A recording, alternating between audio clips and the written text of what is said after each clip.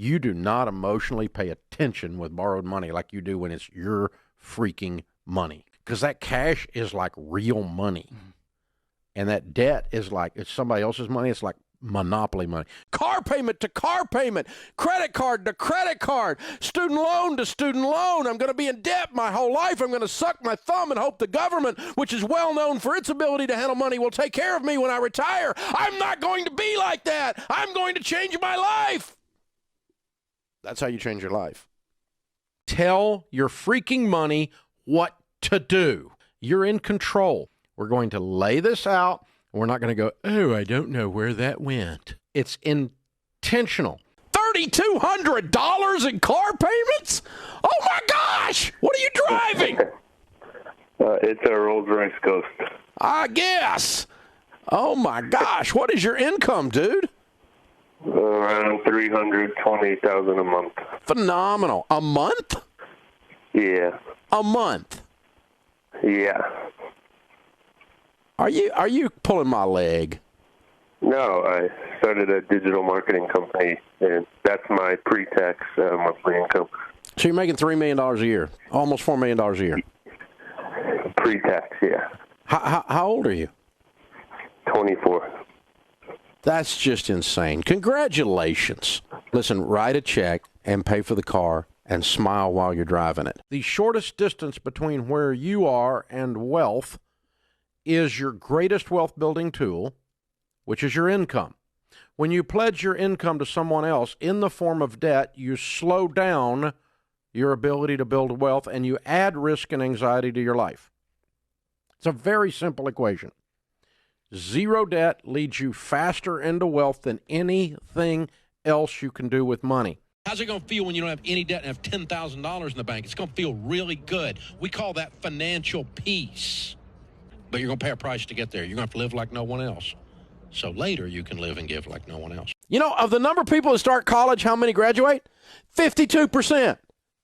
That's an investment in my future. Said the other 48% that are sitting at home with no freaking degree, but by God, they got the student loan debt. This is absolutely ludicrous. But everybody's counting their dadgum points, and everybody's trying to figure out some way I'm beating up on Chase. Chase is kicking your butt. Their building's bigger than yours, and their furniture's nicer than yours. You ought to have a clue by now.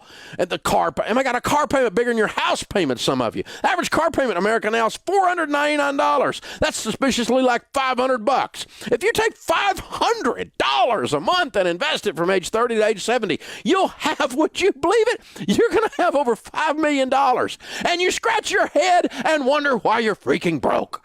God, no wonder your students have student loans, because you're driving a dadgum $1 million car, $2 million, $3 million car. That's what it's costing you with your stupid car payment to impress somebody at a stoplight that you will never meet, and the thing's going down in value like a rock. We have to stop and think, America. Live on less than you make. You have to quit buying things with money that you don't have to impress people you don't really like. You're making $30,000 a year, you're driving a $17,000 car.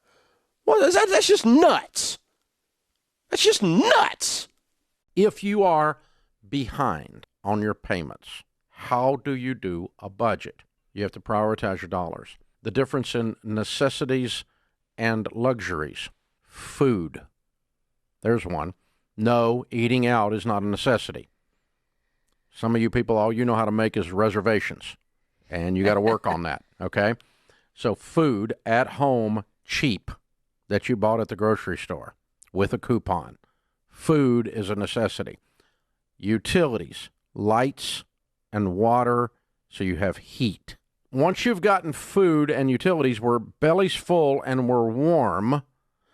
Number 3 is shelter. So you take care of your place to live so you're not homeless. You pay your rent. Now, almost everyone can scratch around and make enough money to buy their food, keep their electricity current if they're first, second, and third, and keep your rent paid. And if you'll just get real calm, cool, and collected and go, we're going to eat before we do anything, not eat out.